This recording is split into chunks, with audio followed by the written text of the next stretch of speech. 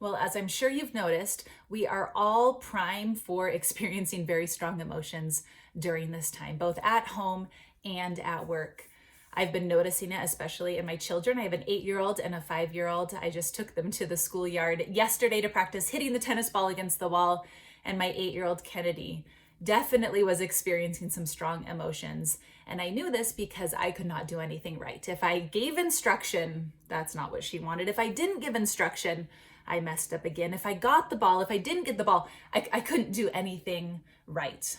And if you're like me, in that moment, my natural inclination is to want to tell her that she's acting irrationally and that she needs to settle down, right? When we're not the one experiencing the strong emotion, it's very easy for us to look at the other individual and want to tell them in a logical manner why they shouldn't be reacting in the way that they're reacting. And it's so important for us to recognize that that will not be helpful. They are primarily experiencing those strong emotions, especially emotions within the range of anger and fear, in the right side of their brain and in the lower part of their brain. The parts of our brain that help us rationally process and experience are the front part of our brain, our upper brains, prefrontal cortex area, as well as the logic capabilities of the left brain, not our right and lower brain. And so in that moment, when she's experiencing a strong emotion, she really doesn't have access to the parts of her brain that she needs to rationalize and understand the experience. And my job as a third party is to help first connect to the emotion, because if I speak to the right side of her brain and I help connect with the emotion, then I can help her slowly start to bring some rationalization and understanding online. But if I don't first connect with that side and slowly bring the other part online, it will get us nowhere.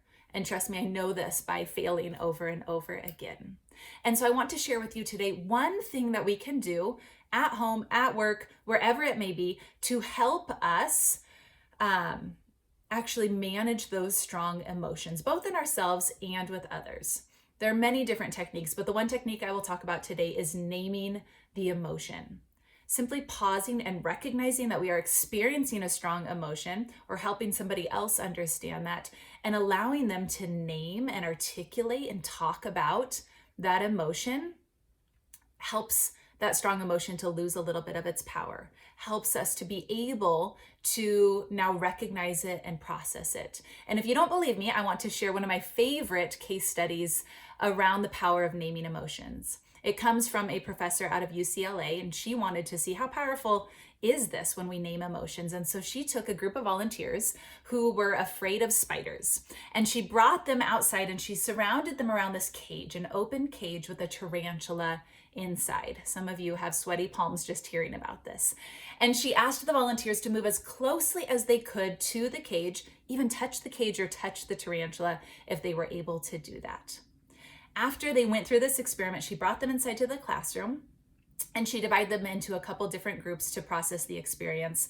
The first group was instructed to talk about what they experienced during the experiment in terms of what did they feel? What emotions did they experience? The second group was instructed to rationalize the experience, to make themselves feel better by talking about why should they really have not felt anxious, to talk about the fact that they really weren't in danger or at risk. So to kind of rationalize the experience.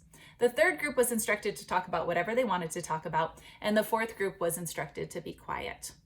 She brought these same volunteers back about 1 week later, and she did the experiment again. And this time she compared measurements to see how close they could get to the cage this time compared with measurements from the first time.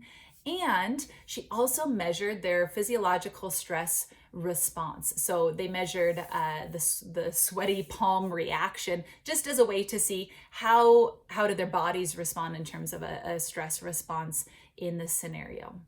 And there was one group that could get remarkably closer to the cage and experienced a minimized stress response in the body. And that was the group that talked about their emotions after the first experience. Just processing those emotions and naming them effectively the first round enabled them to perform at higher levels the second round. And those who were able to use a broader vocabulary in terms of naming their emotions were actually able to get even closer and experience a reduced stress response in the body. So please do not respond with rationalization when you see strong emotions in others. Instead, potentially consider helping them process the experience and the emotion by naming it at work, at home. In both scenarios, it is helpful. And do this for yourself as well. Take good care during this time.